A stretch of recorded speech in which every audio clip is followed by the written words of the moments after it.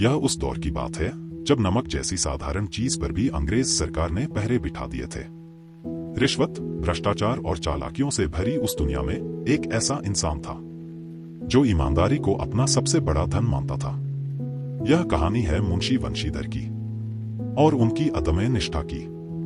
यह है मुंशी प्रेमचंद की अमर रचना नमक का दारोगा। जब नमक का नया विभाग बना और ईश्वर प्रदत्त वस्तु के व्यवहार करने का निषेध हो गया तो लोग चोरी छिपे इसका व्यापार करने लगे। अनेक प्रकार के छल प्रपंचों का सूत्रपात हुआ। कोई घूस से काम निकालता था, कोई चालाकी से। अधिकारियों के पौबारह थे। पटवारीगिरी का सर्वसम्मानित पद छोड़ छोड़कर लोग इस विभाग की बरकंदाजी करते थे। इसके दारोगा पद के लिए तो वकीलों का भी जी ललचाता था। यह वह समय था जब अंग्रेजी शिक्षा और ईसाई मत को लोग एक ही वस्तु समझते थे। फारसी का प्राबल्य था। प्रेम की कथाएं और श्रृंगार रस के काव्य पढ़कर फारसीदा लोग सर्वोच्च पदों पर नियुक्त हो जाया करते थे। मुंशी वंशीधर भी जुलेखा की विरहता समाप्त करके सीरी और फरहाद के प्रेम वृत्तांत को, नल और नील की लड़ाई और अमेरिका के आविष्कार से अधिक महत्व की बातें समझते हुए रोजगार की खोज में निकले। उनके पिता एक अनुभवी पुरुष थे। समझाने लगे, बेटा, घर की दुर्दशा देख रहे हो, उनके बोझ से दबे हुए हैं। लड़कियां हैं, वे घासफूस की तरह बढ़ती चली जाती हैं। मैं कगारे पर का वृक्ष हो रहा हूं, न मालूम कब गिर पड़ूं। अब तुम ही घर के मालिक मुख्तार हो। नौकरी में ओहदे की ओर ध्यान मत देना, यह तो पीर का मजार है। निगाह चढ़ावे और चादर पर रखनी चाहिए। ऐसा काम ढूंढना जहां कुछ ऊपरी आय हो। मासिक वेतन तो पूर्णमासी का चांद है जो एक दिन दिखाई देता है और घटते घटते लुप्त हो जाता है। ऊपरी आय बहता हुआ स्रोत है जिससे सदैव प्यास बुझती है। वेतन मनुष्य देता है, इसी से उसमें वृद्धि नहीं होती। ऊपरी आमदनी ईश्वर देता है, इसी से उसकी बरकत होती है। तुम स्वयं विद्वान हो, तुम्हें क्या समझाऊं। इस विषय में विवेक की बड़ी आवश्यकता है। मनुष्य को देखो, उसकी आवश्यकता को देखो और अवसर को देखो, उसके उपरांत जो उचित समझो करो। गरज वाले आदमी के साथ कठोरता करने में लाभ ही लाभ है, लेकिन बेगरज को दाव पर पाना जरा कठिन है। इन बातों को निगाह में बांध लो, यह मेरी जन्म भर की कमाई है। इस उपदेश के बाद पिताजी ने आशीर्वाद दिया। वंशीधर आज्ञाकारी पुत्र थे। ये बातें ध्यान से सुनी और तब घर से चल खड़े हुए। इस विस्तृत संसार में उनके लिए धैर्य अपना मित्र, बुद्धि अपनी पथ प्रदर्शक और आत्मावलंबन ही अपना सहायक था। लेकिन अच्छे शकुन से चले थे। जाते ही जाते नमक विभाग के दारोगा पद पर प्रतिष्ठित हो गए। वेतन अच्छा और ऊपरी आय का तो ठिकाना ही न था। वृद्ध मुंशी जी को सुख संवाद मिला तो फूले न समाये। महाजन कुछ नरम पड़े, कलवार की आशालता लहलहाई। पड़ोसियों के हृदय में शूल उठने लगे। जाड़े के दिन थे और रात का समय। नमक के सिपाही, चौकीदार नशे में मस्त थे। मुंशी वंशीधर को यहाँ आए अभी 6 महीनों से अधिक न हुए थे, लेकिन इस थोड़े समय में ही उन्होंने अपनी कार्यकुशलता और उत्तम आचार से अफसरों को मोहित कर लिया था। अफसर लोग उन पर बहुत विश्वास करने लगे। नमक के दफ्तर से 1 मील पूर्व की ओर जमुना बहती थी। उस पर नावों का एक पुल बना हुआ था। दारोगाजी किवाड़ बंद किए मीठी नींद सो रहे थे। अचानक आंख खुली तो नदी के प्रवाह की जगह गाड़ियों की गड़गड़ाहट तथा मल्लाहों का कोलाहल सुनाई दिया। उठ बैठे। इतनी रात गए गाड़ियां क्यों नदी के पार जाती हैं? अवश्य कुछ ना कुछ गोलमाल है। तर्क ने भ्रम को पुष्ट किया। वर्दी पहनी, तमंचा जेब में रखा और बात की बात में घोड़ा बढ़ाए हुए पुल पर आ पहुंचे। गाड़ियों की एक लंबी कतार पुल के पार जाती देखी। डांट कर पूछा, किसकी गाड़ियां हैं? थोड़ी देर तक सन्नाटा रहा। आदमियों में कुछ कानाफूसी हुई, तब आगे वाले ने कहा, पंडित अलोपीदीन की। कौन पंडित अलोपीदीन? दातागंज के। मुंशी वंशीधर चौंके। पंडित अलोपीदीन इस इलाके के सबसे प्रतिष्ठित जमींदार थे। लाखों रुपए का लेन देन करते थे। इधर छोटे से बड़े कौन ऐसे थे जो उनके नी न हो। व्यापार भी बड़ा लंबा चौड़ा था। बड़े चलते पुर्जे आदमी थे। अंग्रेज अफसर उनके इलाके में शिकार खेलने आते और उनके मेहमान होते। 12 मास सदाव्रत चलता था। मुंशी ने पूछा, गाड़ियां कहां जाएंगी? उत्तर मिला, कानपुर। लेकिन इस प्रश्न पर कि इनमें क्या है, सन्नाटा छा गया। दारोगा साहब का संदेह और भी बढ़ा। कुछ देर तक उत्तर की बाट देखकर वह जोर से बोले, क्या तुम सब गूंगे हो गए हो? हम पूछते हैं, इनमें क्या लदा है? जब इस बार भी कोई उत्तर न मिला तो उन्होंने घोड़े को एक गाड़ी से मिलाकर बोरे को टटोला। भ्रम दूर हो गया। यह नमक के डेले थे। पंडित अलोपीदीन अपने सजीले रथ पर सवार कुछ सोते कुछ जागते चले आते थे। अचानक कई गाड़ीवानों ने घबराए हुए आकर जगाया और बोले, महाराज, दारोगा ने गाड़ियां रोक दी हैं और घाट पर खड़े आपको बुलाते हैं। पंडित अलोपीदीन का लक्ष्मी जी पर अखंड विश्वास था। वह कहा करते थे कि संसार का तो कहना ही क्या, स्वर्ग में भी लक्ष्मी का ही राज्य है। उनका यह कहना यथार्थ ही था। न्याय और नीति सब लक्ष्मी के ही खिलौने हैं, इन्हें वह जैसे चाहती हैं नचाती हैं। लेटे ही लेटे गर्व से बोले, चलो हम आते हैं। यह कहकर पंडित जी ने बड़ी निश्चिंतता से पान के बीड़े लगाकर खाए। फिर लिहाफ ओढ़े हुए दारोगा के पास आकर बोले, बाबूजी आशीर्वाद। कहिए, हमसे ऐसा कौन सा अपराध हुआ कि गाड़ियां रोक दी गईं? हम ब्राह्मणों पर तो आपकी कृपा दृष्टि रहनी चाहिए। वंशीधर रुखाई से बोले, सरकारी हुक्म। पन अलोपीदीन ने हंसकर कहा, हम सरकारी हुक्म को नहीं जानते और न सरकार को। हमारे सरकार तो आप ही हैं। हमारा और आपका तो घर का मामला है, हम कभी आपसे बाहर हो सकते हैं? आपने व्यर्थ का कष्ट उठाया। यह हो नहीं सकता कि इधर से जाए और इस घाट के देवता को भेंट न चढ़ावे। मैं तो आपकी सेवा में स्वयं ही आ रहा था। वंशीधर पर ऐश्वर्य की मोहिनी वंशी का कुछ प्रभाव न पड़ा। ईमानदारी की नई उमंग थी। कड़क कर बोले, हम उन नमकहरामों में नहीं हैं जो कौड़ियों पर अपना ईमान बेचते फिरते हैं। आप इस समय हिरासत में हैं। आपको कायदे के अनुसार चालान होगा। बस मुझे अधिक बातों की फुर्सत नहीं है। जमादार बदलू सिंह, तुम इन्हें हिरासत में ले चलो, मैं हुक्म देता हूं। पन अलोपीदीन स्तंभित हो गए। गाड़ीवानों में हलचल मच गई। पंडित जी के जीवन में कदाचित यह पहला ही अवसर था कि पंडित जी को ऐसी कठोर बातें सुननी पड़ी। बदलू सिंह आगे बढ़ा, किंतु रोब के मारे यह साहस न हुआ कि उनका हाथ पकड़ सके। पंडित जी ने धर्म को धन का ऐसा निरादर करते कभी न देखा था। विचार किया कि यह अभी उद्दंड लड़का है, माया मोह के जाल में अभी नहीं पड़ा, अलहड़ है, झिझकता है। बहुत दीन भाव से बोले, बाबू साहब ऐसा न कीजिए, हम मिट जाएंगे। इज्जत धूल में मिल जाएगी। हमारा अपमान करने से आपके हाथ क्या आएगा? हम किसी तरह आपसे बाहर थोड़े ही हैं। वंशीधर ने कठोर स्वर में कहा, हम ऐसी बातें नहीं सुनना चाहते। अलोपीदीन ने जिस सहारे को चट्टान समझ रखा था वह पैरों के नीचे खिसकता हुआ मालूम हुआ। स्वाभिमान और धनैश्वर्य की कड़ी चोट लगी, किंतु अभी तक धन की सांख्यिक शक्ति का पूरा भरोसा था। अपने मुख्तार से बोले, लाला जी 1000 के नोट बाबू साहब की भेंट करो, आप इस समय भूखे सिंह हो रहे हैं।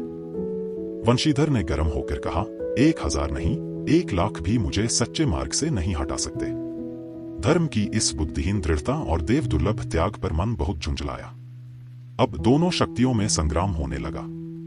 धन ने उछल-उछल आक्रमण करने शुरू किए। 1 से 5, 5 से 10, 10 से 15 और 15 से 20,000 तक नौबत पहुंची, किंतु धर्म अलौकिक वीरता के साथ बहुसंख्यक सेना के सम्मुख अकेला पर्वत की भांति अटल अविचलित खड़ा था। अलोपीदीन निराश होकर बोले, अब इससे अधिक मेरा साहस नहीं, आगे आपको अधिकार है। वंशीधर ने अपने जमादार को ललकारा। बदलू सिंह मन में दारोगाजी को गालियां देता हुआ पंडित अलोपीदीन की ओर बढ़ा। पंडित जी घबराकर 2-3 कदम पीछे हट गए। अत्यंत दीनता से बोले, बाबू साहब ईश्वर के लिए मुझ पर दया कीजिए, मैं 25,000 पर निपटारा करने का तैयार हूं। असंभव बात है। 30,000 पर किसी तरह भी संभव नहीं। क्या 40,000 पर भी नहीं? 40,000 नहीं, 40 लाख पर भी असंभव है। बदलू सिंह, इस आदमी को हिरासत में ले लो। अब मैं एक शब्द भी नहीं सुनना चाहता। धर्म ने धन को पैरों तले कुचल डाला। अलोपीदीन ने एक हृष्ट-पुष्ट मनुष्य को हथकड़ियां लिए हुए अपनी तरफ आते देखा।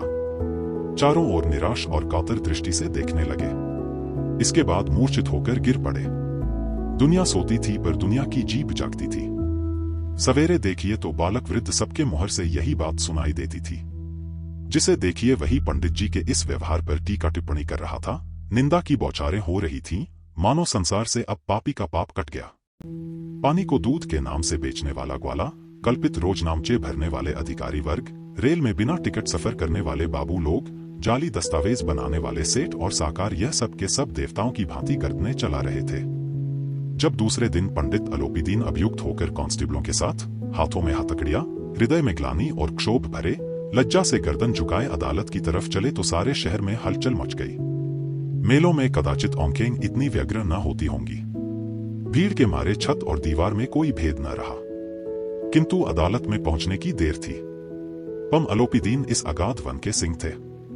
अधिकारी वर्ग उनके भक्त, अमले उनके सेवक, वकील मुख्तार उनके आज्ञा पालक और अर्दली, चपरासी तथा चौकीदार तो उनके बिना मोल के गुलाम थे। उन्हें देखते ही लोग चारों तरफ से दौड़े। सभी लोग विस्मित हो रहे थे, इसलिए नहीं कि अलोपीदीन ने यह कर्म किया, बल्कि इसलिए कि वह कानून के पंजे में कैसे आए। ऐसा मनुष्य जिसके पास असाध्य साधन करने वाला धन और अनन्य वाचालता हो, वह क्यों कानून के पंजे में आए। प्रत्येक मनुष्य उनसे सहानुभूति प्रकट करता था। बड़ी तत्परता से इस आक्रमण को रोकने के निमित्त वकीलों की एक सेना तैयार की गई। न्याय के मैदान में धर्म और धन में युद्ध थम गया। वंशीधर चुपचाप खड़े थे। उनके पास सत्य के सिवा न कोई बल था, न स्पष्ट भाषण के अतिरिक्त कोई शस्त्र। गवाह थे, किंतु लोभ से डावाडोल। यहां तक कि मुंशी जी को न्याय भी अपनी ओर कुछ खींचा हुआ दिख पड़ता था। वह न्याय का दरबार था, परंतु उसके कर्मचारियों पर पक्षपात का नशा छाया हुआ था। किंतु पक्षपात और न्याय का क्या मेल। जहां पक्षपात हो, वहां न्याय की कल्पना नहीं की जा सकती। मुकदमा शीघ्र ही समाप्त हो गया। डिप्टी मजिस्ट्रेट ने अपनी तजवीज में लिखा, पन अलोपीदीन के विरुद्ध दिए गए प्रमाण निर्मूल और भ्रमात्मक है। वह एक बड़े भारी आदमी है। यह बात कल्पना के बाहर है कि उन्होंने थोड़े लाभ के लिए ऐसा दुस्साहस किया हो। यद्यपि नमक के दरोगा मुंशी वंशीधर का अधिक दोष नहीं है, लेकिन यह बड़े खेद की बात है कि उसकी उद्दंडता और विचारहीनता के कारण एक भले मानुस को कष्ट झेलना पड़ा। हम प्रसन्न हैं कि वह अपने काम में सजग और सचेत रहता है, किंतु नमक के मुकदमे की बढ़ी हुई नमक से हलाली ने उसके विवेक और बुद्धि को भ्रष्ट कर दिया। भविष्य में उसे होशियार रहना चाहिए। वकीलों ने यह फैसला सुना और उछल पड़े। पन अलोपीदीन मुस्कुराते हुए बाहर निकले। स्वजन बांधवों ने रुपए की लूट की। उदारता का सागर उमड़ पड़ा। उसकी लहरों ने अदालत की नींव तक हिला दी। जब वंशीधर बाहर निकले तो चारों ओर उनके ऊपर व्यंग्यबाणों की वर्षा होने लगी। चपरासियों ने झुक झुक कर सलाम किए, किंतु इस समय एक कटु वाक्य, एक एक संकेत उनकी गर्वाग्नि को प्रज्वलित कर रहा था। कदाचित इस मुकदमे में सफल होकर वह इस तरह अकड़ते हुए न चलते। आज उन्हें संसार का एक खेदजनक विचित्र अनुभव हुआ। न्याय और विद्वत्ता, लंबी चौड़ी उपाधियां, बड़ी बड़ी दाढ़ियां, ढीले चोगे एक भी सच्चे आदर का पात्र नहीं है। वंशीधर ने धन से बैर मोल लिया था, उसका मूल्य चुकाना अनिवार्य था। कठिनता से एक सप्ताह बीता होगा कि मुअत्तली का परवाना आ पहुंचा। कार्यपरायणता का दंड मिला। बेचारे भग्न हृदय, शोक और खेद से व्यथित घर को चले। बूढ़े मुंशी जी तो पहले ही से कुड़बुड़ा रहे थे कि चलते चलते इस लड़के को समझाया था, लेकिन इसने एक न सुनी। सब मनमानी करता है। हम तो कलवार और कसाई के तगादे से हैं, बुढ़ापे में भगत बनकर बैठे और वहां बस वही सूखी तनख्वाह। हमने भी तो नौकरी की है और कोई ओहदेदार नहीं थे, लेकिन काम किया, दिल खोलकर किया और आप ईमानदार बनने चले हैं। घर में चाहे अंधेरा हो, मस्जिद में अवश्य दिया जलाएंगे। खेद ऐसी समझ पर पढ़ना लिखना सब अकारत गया। इसके थोड़े ही दिनों बाद जब मुंशी वंशीधर इस दुरावस्था में घर पहुंचे और बूढ़े पिताजी ने समाचार सुना तो सिर पीट लिया। बोले, जी चाहता है कि तुम्हारा और अपना सिर फोड़ लूं। बहुत देर तक पछता पछताकर हाथ मलते रहे। क्रोध में कुछ कठोर बातें भी कहीं, और यदि वंशीधर वहां से टल न जाता तो अवश्य ही यह क्रोध विकट रूप धारण करता। वृद्ध माता को भी दुख हुआ। जगन्नाथ और रामेश्वर यात्रा की कामनाएं मिट्टी में मिल गईं। पत्नी ने कई दिनों तक सीधे मुंह बात तक नहीं की। इसी प्रकार एक सप्ताह बीत गया। सांध्य का समय था। बूढ़े मुंशी जी बैठे बैठे राम नाम की माला जप रहे थे। इसी समय उनके द्वार पर सजा हुआ रथ आकर रुका। हरे और गुलाबी पर्दे, पछिए बैलों की जोड़ी, उनकी गर्दन में नीले धागे, सींग पीतल से जड़े हुए। कई नौकर लाठियां कंधों पर रखे साथ थे। मुंशी जी अगवानी को दौड़े देखा तो पंडित अलोपीदीन है। झुककर दंडवत की और लल्लो चप्पो की बातें करने लगे। हमारा भाग्य उदय हुआ जो आपके चरण इस द्वार पर आए। आप हमारे पूज्य देवता हैं, आपको कौन सा मुंह दिखावे, मुंह में तो कालिख लगी हुई है। किंतु क्या करें, लड़का अभागा कपूत है, नहीं तो आपसे क्या मुंह छिपाना पड़ता। ईश्वर ने संतान चाहे रखे पर ऐसी संतान न दे। अलोपीदीन ने कहा, नहीं भाई साहब, ऐसा न कहिए। मुंशी जी ने चकित होकर कहा, ऐसी संतान को और क्या कम। अलोपीदीन ने वात्सल्यपूर्ण स्वर में कहा, कुलतिलक और पुरुषों की कीर्ति उज्जवल करने वाले संसार में ऐसे कितने धर्मपरायण मनुष्य हैं जो धर्म पर अपना सब कुछ अर्पण कर सके। पम अलोपीदीन ने वंशीधर से कहा, दरोगा जी, इसे खुशामद न समझिए। खुशामद करने के लिए मुझे इतना कष्ट उठाने की जरूरत न थी। उस रात को आपने अपने अधिकार बल से अपनी हिरासत में लिया था, किंतु आज मैं स्वेच्छा से आपकी हिरासत में आया हूँ। मैंने हजारों रईस और अमीर देखे, हजारों उच्च पदाधिकारियों से काम पड़ा, किंतु परास्त किया तो आपने। मैंने सबको अपना और अपने धन का गुलाम बनाकर छोड़ दिया। मुझे आज्ञा दीजिए कि आपसे कुछ विनय करूं। वंशीधर ने अलोपीदीन को आते देखा तो उठकर सत्कार किया, किंतु स्वाभिमान सहित। समझ गए कि यह महाशय मुझे लज्जित करने और चलाने आए हैं। क्षमा प्रार्थना की चेष्टा नहीं की, वरन उन्हें अपने पिता की यह ठकुर सुहाती की बात असह्य सी प्रतीत हुई। पर पंडित जी की बातें सुनी तो मन की मैल मिट गई। पंडित जी की ओर उड़ती हुई दृष्टि से देखा, सद्भाव झलक रहा था। गर्व ने अब लज्जा के सामने सिर झुका दिया। शर्माते हुए बोले, यह आपकी उदारता है जो ऐसा कहते हैं। मुझसे जो कुछ अविनय हुई है उसे क्षमा कीजिए। मैं धर्म की बेड़ी में जकड़ा हुआ था, नहीं तो वैसे मैं आपका दास हूं। जो आज्ञा होगी वह मेरे सिर माथे पर। अलोपीदीन ने विनीत भाव से कहा, नदी तट पर आपने मेरी प्रार्थना नहीं स्वीकार की थी, किंतु आज स्वीकार करनी पड़ेगी। वंशीधर बोले, मैं किस योग्य हूं, किंतु जो कुछ सेवा मुझसे हो सकती है उसमें त्रुटि न होगी। अलोपीदीन ने एक स्टाम्प लगा हुआ पत्र निकाला और उसे वंशीधर के सामने रखकर बोले, इस पद को स्वीकार कीजिए और अपने हस्ताक्षर कर दीजिए। मैं ब्राह्मण हूं, जब तक यह सवाल पूरा न कीजिएगा द्वार से न हटूंगा। मुंशी वंशीधर ने उस कागज को पढ़ा तो कृतज्ञता से आंखों में आंसू भर आए। पन अलोपीदीन ने उनको अपनी सारी जायदाद का स्थायी मैनेजर नियत किया था। 6000 वार्षिक वेतन के अतिरिक्त रोजाना खर्च अलग, सवारी के लिए घोड़ा, रहने को बंगला, नौकर चाकर मुफ्त। कंपित स्वर में बोले, पंडित जी, मुझ में इतनी सामर्थ्य नहीं है कि आपकी उदारता की प्रशंसा कर सकूं, किंतु ऐसे उच्च पद के योग्य नहीं हूं। अलोपीदीन हंसकर बोले, मुझे इस समय एक अयोग्य मनुष्य की ही जरूरत है। वंशीधर ने गंभीर भाव से कहा, यो मैं आपका दास हूं। आप जैसे कीर्तिवान सज्जन पुरुष की सेवा करना मेरे लिए सौभाग्य की बात है, किंतु मुझ में न विद्या है, न बुद्धि, न वह स्वभाव जो इन त्रुटियों की पूर्ति कर देता है। ऐसे महान कार्य के लिए एक बड़े मर्मज्ञ अनुभवी मनुष्य की जरूरत है।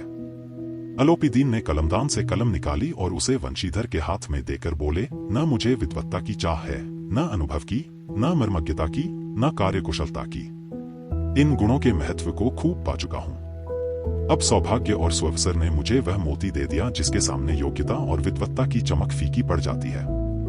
यह कलम लीजिए, अधिक सोच विचार न कीजिए, दस्तखत कर दीजिए। परमात्मा से यही प्रार्थना है कि वह आपको सदैव वही नदी के किनारे वाला बेमुरौवत, उद्दंड, कठोर परंतु धर्मनिष्ठ दारोगा बनाए रखे। वंशीधर की आंखें डबड़बा आईं। हृदय के संकुचित पात्र में इतना एहसान न समा सका। एक बार फिर पंडित जी की ओर भक्ति और श्रद्धा की दृष्टि से देखा और कांपते हुए हाथ से मैनेजरी के कागज पर हस्ताक्षर कर दिए। अलोपीदीन ने प्रफुल्लित होकर उन्हें गले लगा लिया। धन, ऐश्वर्य और शक्ति सब कुछ होते हुए भी सत्य और धर्म के आगे सब नतमस्तक हो जाते हैं। मुंशी वंशीधर की ईमानदारी ने उन्हें समाज में उपहास नहीं बल्कि सच्चा सम्मान दिलाया। मुंशी प्रेमचंद की यह कहानी हमें सिखाती है कि इंसान का असली मूल्य उसके धन में नहीं बल्कि उसके चरित्र और सत्यनिष्ठा में है। यही है नमक का दारोगा का संदेश, ईमानदारी ही सबसे बड़ा धन है।